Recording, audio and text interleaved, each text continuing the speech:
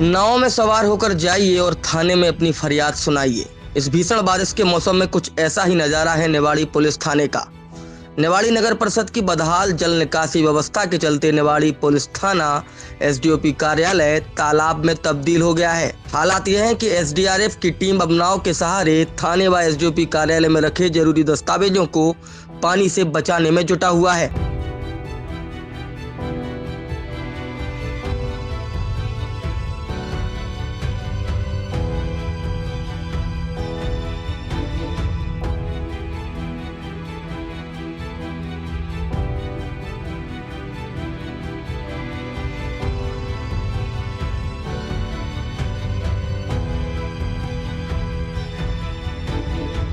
जी, control room द्वारा हमें सूचना प्राप्त हुई थी सुबह कि नेवाड़ी में कई घरों में, कई बिल्डिंगों में सरकारी जगह पानी भर गया है और लोग फंसे हुए हैं। तो इस पर तुरंत हमारी टीम यहाँ मौके पर पहुंची।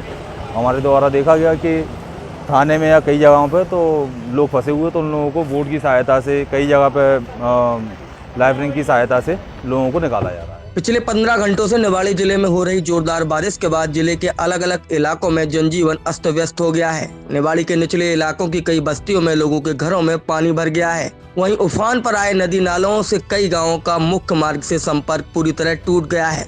पृथ्वीपुर के जोरा नाले पर लोग रिफ्टे पर पानी होने की स्थिति में जान जोखिम में डालकर उसे पार कर रहे हैं। स्थानीय लोगों की माने तो बारिश के पूर्वानुमान होने के बावजूद भी नगर परिषद के द्वारा जल निकासी की समुचित व्यवस्था नहीं की गई, जिसके चलते उनका हाल बेहाल हो गया है।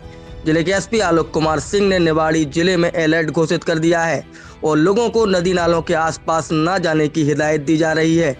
वहीं कई स्थानों पर पेड़ गिर जाने के चलते यातायात पूरी तरह बाधित हो गया है व विद्युत व्यवस्था ठप हो गई है।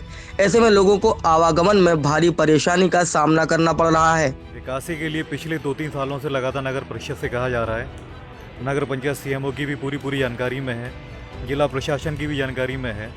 और सबसे बड़े दुर्भाग्य की बात यह है कि ये सिविल लाइन निवाड़ी का सबसे पॉश एरिया है और ये रोड के किनारे के मकान है।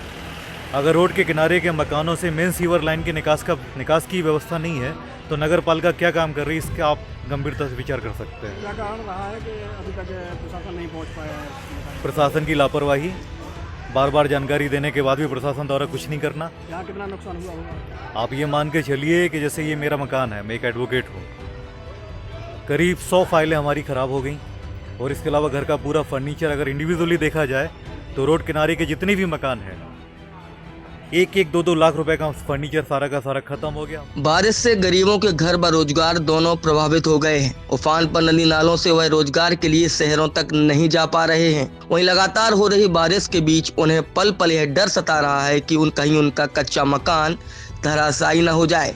लेकिन ऐसा पहली बार नहीं है, हर बार ऐसा ही होता है और वह सिर्फ और सिर्फ राम के भरोसे रहते हैं। बुंदेली तर्कस के लिए निवाड़ी से हेमंत वर्मा की रिपोर्ट।